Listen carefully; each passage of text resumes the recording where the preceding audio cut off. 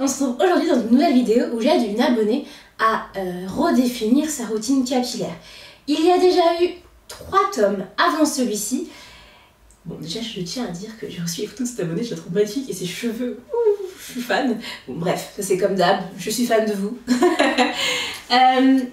Le but de cette vidéo, ce n'est pas du tout de remplacer un professionnel de la coiffure, pas du tout. Mais d'étudier le cheveu dans un premier temps pour comprendre un peu ce qui se passe, soulever la problématique de son cheveu qu'elle m'a rapporté, venir étudier la compo de sa routine, des produits qu'elle vient utiliser et pourquoi pas pouvoir donner quelques règles d'or s'il en existe pour aider à reconstruire ta routine. N'hésite pas toi à m'envoyer un mail si ça t'intéresse, je te l'affiche dans la barre d'infos, pour que je puisse aussi te donner un petit coup de pouce si je peux. Je suis pas du tout un professionnel, je ne suis pas du tout un professionnel du cheveu, je tiens à répéter encore une fois, mais j'ai testé pas mal de produits. Voilà, je pense que maintenant je commence un peu à m'y connaître, du commerce et du naturel, et j'aide pas mal de personnes autour de moi, peu importe leur nature de cheveux, pour pouvoir sublimer leur nature de cheveux. Donc si je peux toujours aider, je donne des petits conseils, tu prends ce que tu veux, tu prends pas ce que tu veux pas, à toi de voir. Et puis moi, à vrai dire, ça me permet aussi de découvrir des nouveaux produits, donc je suis totalement partante. Bon on est parti, on étudie son type de cheveux. Je vous mets un petit bout de photo de son cheveu pour que vous puissiez vous aussi comprendre et voir de quoi je parle. Maintenant, j'utilise la classification Loïs. Et d'ailleurs, si tu ne sais pas de quoi je parle, c'est que tu n'as pas vu ma vidéo. Bouh. Donc n'hésite pas à aller checker. En même temps, je profite pour t'abonner et à liker la vidéo parce que je suis sûre qu'elle va te plaire. Donc on voit au niveau de l'épaisseur. Moi, je vois un cheveu moyen à fin. Au niveau de la forme, on a un cheveu de type O et S, donc c'est-à-dire à spirale bouclée, avec des boucles ondulées, pardon. La texture, elle est cotonneuse, c'est-à-dire un cheveu qui va friser beaucoup et qui met du temps à être mouillé. Bon, qu'est-ce que ça veut dire en termes de routine capillaire? Parce que c'est ça qui est intéressant, une fois qu'on a étudié, qu'est-ce que ça veut dire? En fait, il faut des produits qui vont être assez riches, mais qui vont être assez fluides. C'est un cheveu qu'il va falloir styliser pour obtenir une bouclure très importante. Utiliser des produits hydratants pour obtenir le bounce naturel du cheveu et conserver son éclat naturel. Grâce à la texture, on sait qu'il va ne pas falloir chercher une brillance naturelle, puisqu'on sait que l'éclat va être obtenu avec un cheveu tiré. Et pourquoi pas, si on ne s'en sort pas trop avec cette matière qui va être assez cotonneuse justement, donc on s'imagine un coton un peu compact, c'est de venir régulièrement étirer ses cheveux avec des méthodes naturelles ou avec des méthodes plus thermiques comme on peut connaître. Et du coup on sait aussi que les soins aqueux vont difficilement pénétrer dans le cheveu. Raconte-nous un petit peu quelle est ta problématique. Ce que tu nous dis, c'est très simple, c'est que le jour de ton shampoing, tes cheveux semblent souples et hydratés. Et le lendemain, patatras, ils sont secs.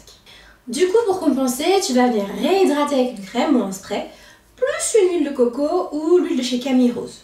Bon, alors maintenant, voyons quelle est ta routine, qu'est-ce que tu fais comme geste, et puis on verra ce que tu utilises comme produit. Alors, ta routine, il y a une longue liste, merci de m'avoir tout envoyé, mais j'ai vraiment eu un bel aperçu de ton placard. Je vais te mettre là en photo, en screenshot, je sais pas trop comment je vais t'intégrer ça, mais tous les produits, je crois qu'il y en a eu quasiment plus d'une trentaine, j'ai tout étudié. Par pitié, envoyez-moi des routines plus courtes. Mais au moins, j'ai vraiment pu faire une analyse complète et comprendre et te proposer des choses par rapport à ce que tu as. Je ne vais pas parler de tous les produits, ni de l'analyse de tous les produits que j'ai faites. S'il y a un produit, tu sais que ça t'intéresse, tu sais que ce produit-là, tu aimerais savoir ce qu'il en est, n'hésite pas à me laisser un message dans les commentaires et je te donnerai moi l'analyse que j'en ai faite, parce que sinon, ça va être long. C'est-à-dire pour ça que je te réaffiche la liste des produits. D'ailleurs, tu utilises des gammes complètes, dont j'ai déjà fait des revues complètes, telles que Activilon, Azayam La Longue Luxe, c'est mes dernières vidéos, donc n'hésite pas à aller les voir si c'est ça qui t'intéresse. Donc, quelles sont les étapes? Nous avons un pré-poux, un bain d'huile à base d'huile d'olive, tu commences par ça. Puis ensuite, tu fais un shampoing, le Actiforce de chez Activilon. Le masque ultra doux, argan quelque chose, je me souviens plus du nom exact, je te le dirai plus tard. Le leave-in ensuite le Curl Love de chez Camille Rose et ensuite le Curl Enhancing de chez As I Am Long Luxe. Et on finit par du beurre de chez Activilon ou de l'huile de chez Camille Rose. Puis ensuite, tu fais une bonne coiffure protectrice. Ça, c'est les étapes que tu fais. Maintenant, on va regarder un peu plus au niveau des produits en eux-mêmes. Le pré-pouf, donc le bain d'huile à l'huile d'olive. L'huile d'olive, c'est une huile puissante et nourrissante qui va venir sublimer le cheveu. Ça, c'est une vraie belle huile. On va après savoir dans ta routine ce que ça peut peut-être faire ou pas. Le shampoing, c'est l'Actiforce de chez Activilon. Je répète, la revue est complète dans le petit i, ça s'affiche maintenant.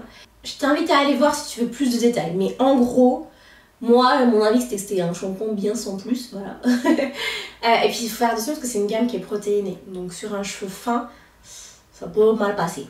Ensuite, on a le masque de chez Ultra Doux, donc le Richesse d'Argan. J'ai vraiment vu pas mal de commentaires positifs sur ce produit. Toi, tu dis qu'en plus ça te rend le cheveu tout doux. Voilà, donc ça m'a un petit peu intriguée.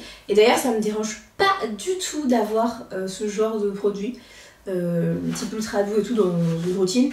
Parce que moi, quand j'ai étudié une des compos d'une autre des abonnés, j'ai pas mal publicité un des produits qui était le masque lait de chez Ultra Doux.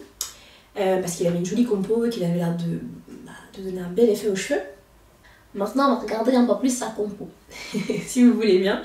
Donc, on a de l'eau, de l'alcool gras, de la glycérine, donc ce qui donne un bon rebond aux cheveux, de l'hydratation, de l'argan, de l'aloe et de l'huile d'amande douce. Du coup, je peux comprendre le ressenti sur le produit. Moi, après, quand je chipote un peu plus, moi, sur les compos, je retrouve des perturbateurs endocriniens et des pas très gentils ammonium quaternaire, qui sont pas, eux, sollicités dans le bio. Donc, mon avis est mitigé, malgré le top de la compo qu'on peut voir. Ensuite, le Curl Love de chez Camille Rose, donc qui est un des leave-in que tu utilises, qui a l'air d'être un produit qui est hydratant, qui adoucit, qui n'est pas une crème trop lourde. On retrouve de l'huile de riz, de l'huile d'avocat, de l'aloe, du ricin, du macadamia. Bon, attention, il y a du phénoxyéthanol dedans. Moi, je préfère toujours le préciser parce que ça reste quand même un irritant. Un second ensuite leave-in que tu utilises, le Curl Enhancing de chez As I Am, pareil. Allez voir la vidéo.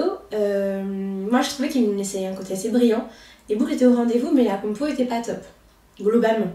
Il faut aller voir la vidéo pour bien sûr comprendre un peu plus les différentes interactions des produits entre eux. Les beurres que tu utilises, donc celui de chez Activilon, le beurre il est une compo dégueu, je t'en supplie, fume-moi ce produit.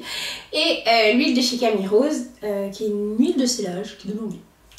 Et puis la coiffure protectrice, bien entendu, je publicite, bravo. Au niveau des étapes de ta routine, globalement, je trouve pas ça illogique. Je trouve ça même très bien. Il n'y a pas de truc déconnant. Le seul truc qui me fait un peu tilter, c'est le double leave-in, l'utilisation du double leave-in, double produit sans rinçage, qui peut être un peu plus à questionner. C'est une routine simple d'ailleurs que je peux conseiller à beaucoup. Mais maintenant, que faire quand on voit tout ça? Alors je me suis vraiment cassé un petit peu la tête parce que je me suis dit qu'il y avait deux options. Quand on voit que ton cheveu est sec le lendemain, enfin t'as l'impression que les soins sont plus là, soit les cheveux, soit les produits sont restés à la surface du cheveu, première option, donc produit à la surface, soit les cheveux ont tout bu. Moi je suis partie sur la première option, vu ce que tu m'as raconté de ton cheveu et vu ce qu'on en voit aussi. Donc on va avoir clairement pour moi deux objectifs pour la routine. L'objectif numéro 1, ça sera d'avoir une routine adaptée à un cheveu qui a du mal à absorber les produits. Ça paraît pour l'instant évident. Et l'objectif numéro 2, ça va être de faire pénétrer les produits. Pour l'objectif numéro 1, il va falloir une routine légère, pénétrante, avec des humectants et du chaud. Pour ceux qui ne savent plus, qui sont un peu perdus, un humectant, c'est quelque chose qui va venir attraper l'eau et la retenir.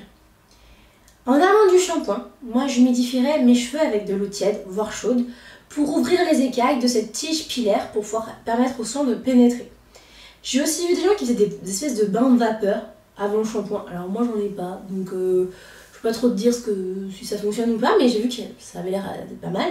L'eau et l'huile n'étant pas miscibles, je laisserai tomber moi le pré-pouf 100% huile.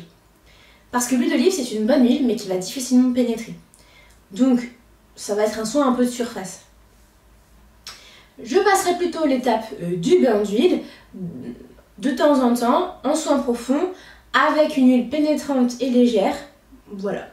D'ailleurs, j'ai vu que tu avais des huiles de babassou dans tes tiroirs. Je n'hésiterai pas à l'utiliser. J'ai l'impression d'avoir fouillé chez Watt et genre, ok, alors ça, tu vas pouvoir utiliser ça. Je trouve ça trop bien. Bref, pour le shampoing, why not, celui chez Activilon. Mais pour moi, il est pas super intéressant pour remplir tes objectifs. Il y a celui de chez Cayenne Nature qui semble bien.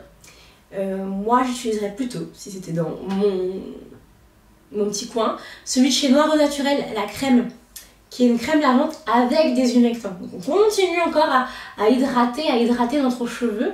Enfin, en tout cas, à lui permettre de maintenir l'hydratation au maximum et donc de garder son bounce naturel. Ton après-shampoing, pour moi, c'est le moins pire de la gamme que tu utilises. Mais je pense qu'on peut trouver une alternative comme le Pink Paradise des Secrets Loli. Voilà, c'est pour un peu proposer autre chose. Et puis bien sûr, ne pas oublier le petit coup de chaleur au moment du soin, le petit coup de chaleur qui fait du bien. Pour les produits sans rinçage, un seul mot d'ordre, humectant. Comment les repère dans une compo? Glycérine, miel, aloe. Alors le miel, c'est pas qu'un humectant, mais on peut vraiment se baser là-dessus, c'est déjà pas mal. Je comprends pas pourquoi t'en utilisais 2 au départ, mais après je me suis dit, quand j'ai regardé les compos, je me suis dit, mais oui, c'est bien sûr. Le premier, en fait, il est pas tant adapté que ça à ton cheveu. Donc, oui, il est bien, oui, il donne un bel effet à l'instant T, mais il manque d'humectant. Il faudrait trouver un produit comme le Curl Enhancing de chez Azayam, mais avec une meilleure compo. Voilà. Du coup, je fouille encore dans ton placard et je trouve celui de chez...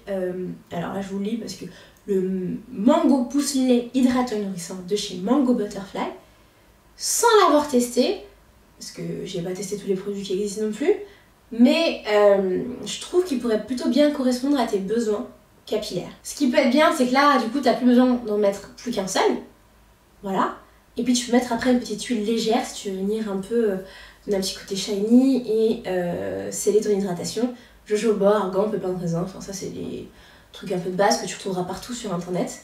Pour ton rafraîchissement, un vapeau à base d'humectant, voilà, bravo, et d'eau tiède. J'ai fait une petite recette à moi que je te mets juste ici avec une petite huile légère dedans.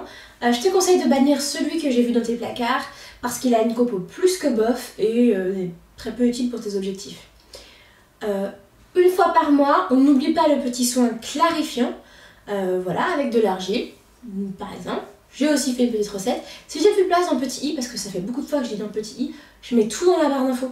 Voilà, donc n'hésitez pas à aller checker. Et moi j'ai d'ailleurs fait une super recette, je trouve qui assèche pas du tout les cheveux, donc qui peut vraiment être pas mal utilisée avec beaucoup de types de cheveux. On évite de faire des soins protéinés trop fréquemment, ça sert à rien. Corrigez-moi si je me trompe, mais il me semble que si dans une compo il y a 3 ingrédients protéinés, ça fait un soin protéiné. Il me semble, un soin, un shampoing, enfin un produit protéiné. Voilà. J'espère que ces quelques mots, que ces quelques propositions, mon analyse a pu un peu vous aider, a pu un peu t'aider toi. N'hésite pas dans les commentaires à me dire ce que tu en as pensé, si tu as déjà testé les produits dont je parle. Et on se retrouve très vite pour une prochaine vidéo. Bisous la Didi Famille.